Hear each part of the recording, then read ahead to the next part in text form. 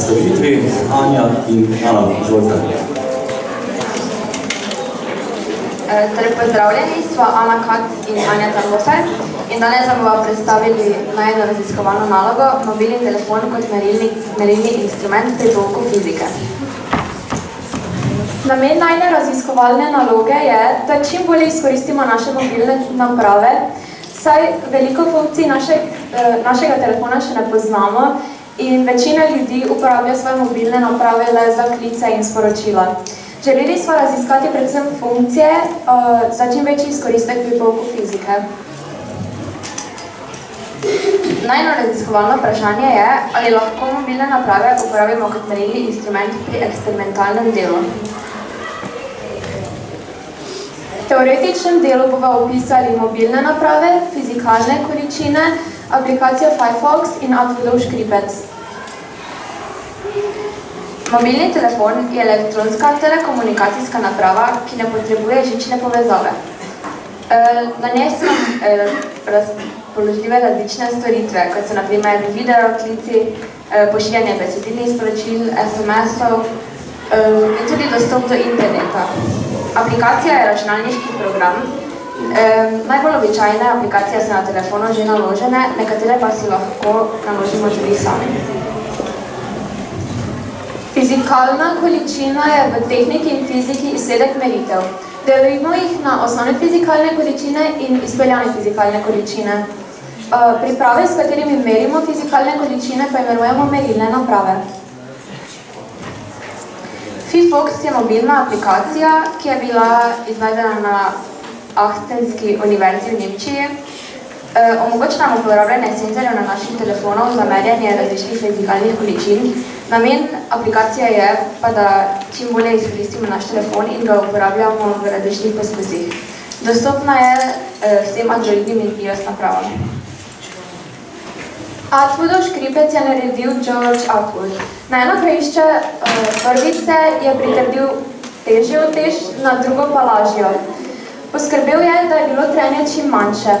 Atwoodov škripec je bil včasih prisoten v veliki večini šol in je bil uporabljen za razne poskuse.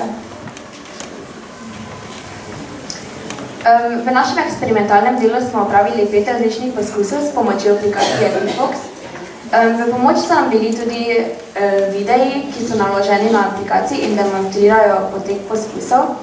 Seveda pa smo poskuse opravili večkrat in na koncu izračunali aritmetično sredino rezultatov. V eksperimentalnem delu smo opravili 5 poskusov. Hitrost dvigalu, pospešek prostega pada pri balonu, pospešek prostega pada z ravnilom, Atwoodov škripec in matematično nihalo. Prvi poskus je hitrost dvigalu in je takšen poskus, ki ga učenci verjetno ne bodo mogli opraviti v šoli, ampak ga lahko opravijo naprimer kot domačo nalogo. Potrebovali smo mobilno napravo z naloženo aplikacijo Firefox in dvigalo, ki ima vsaj 3 nadstropja. Na Firefoxu smo poiskali merilnik, ki se imenuje Elevator in je namenjen meritvam v dvigalo. Poskus smo opravili tako, da smo vstopili v dvigalo in telefon položili na tla ter zagnali merilnik. Peljali smo se do najvišjega nadstropja, merilnik ustavili in se ponovno peljali navzdol. Pri tem so se nam na telefonu avtomatsko izpisali podatki o prevoženi višini, čas, v katerem smo to razdaljo opravili in hitrost dvigala. Ta postopek smo ponovili večkrat in izračunali aritmetično sredino. Z izmerjenimi podatki lahko izračunamo povprečno hitrost dvigala. V naslednjem poskusu, to je bil pospešek prostega pada z balonom, smo uporabili merilnik Acoustic Stopwatch. Z njim smo izmerili gravitacijsko konstanto prostega pada. Acoustic Stopwatch deluje tako, da izmeri časovno razdaljo med 2 glasnima zvokoma. To so lahko piski, ploski in tako dalje. Edini pogoj je, da so glasnejši od okolja. V našem poskusu smo morali določiti tudi, kdaj se štoparica zažene, zaradi tega, ker se zvok ustvari malo pred dejanskim padcem kroglice, ki smo jo uporabili. Zato smo se odločili za 0,3 sekundni zamik. Potrebovali smo mobilno napravo z prenešeno Firefox aplikacijo, balon, stojalo za balon, oster predmet kot žebljice, buciko, iglo ali kaj takega, sponko za papir in kovinsko kroglico. Na balon smo sponko za papir pritrdili kovinsko kroglico in balon napihnili. Postavili smo ga na stojalo ter zagnali štoparico. Z žebljičkom smo predrli balon in pok balona je bil prvi hrup, ki je sprožil merilnik. Ko pa je kroglica padla na našo podlogo, je bil to drugi hrup, ki je merilnik ustavil. Ta poskus smo za vsake višine ponovili 10-krat, merili pa smo za višine 0,5 metrov, 0,7 metrov, 1 metra, 1,7 metrov, 1,8 metrov in 2 metra 20. Izmed vsakih teh 10 poskusov smo seveda spet izračunali aritmetično sredino rezultatov. Ponovno smo pri poskusu uporabili akustično štoparico, s katero smo spet izmerili gravitacijsko konstanto prostega pada. V našem poskusu smo ponovno določili tudi časovni zamik, po katerem se sproži štoparica. Tokrat smo izbrali zamik za 0,5 sekunde.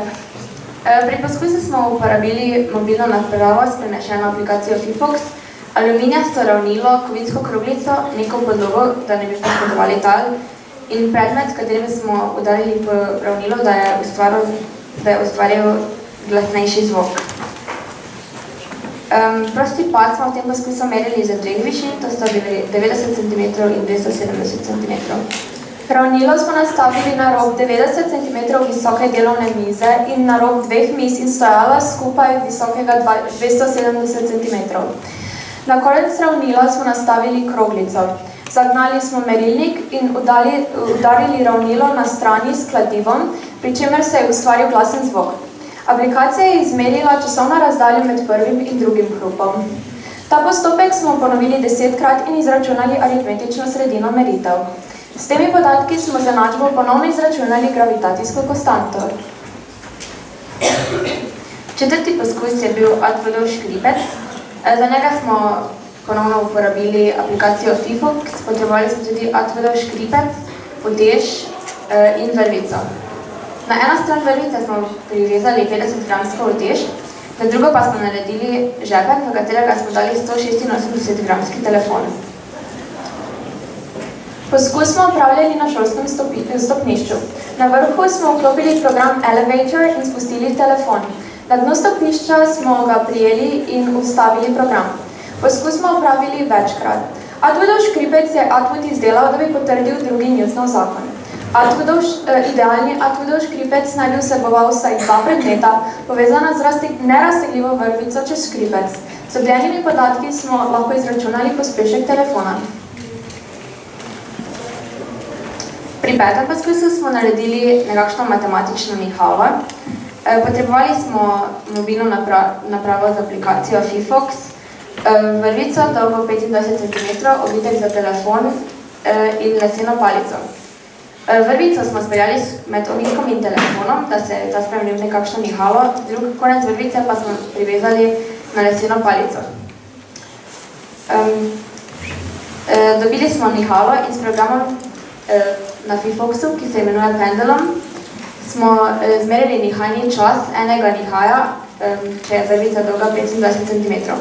Nihajni čas je bil 0,98 sekund.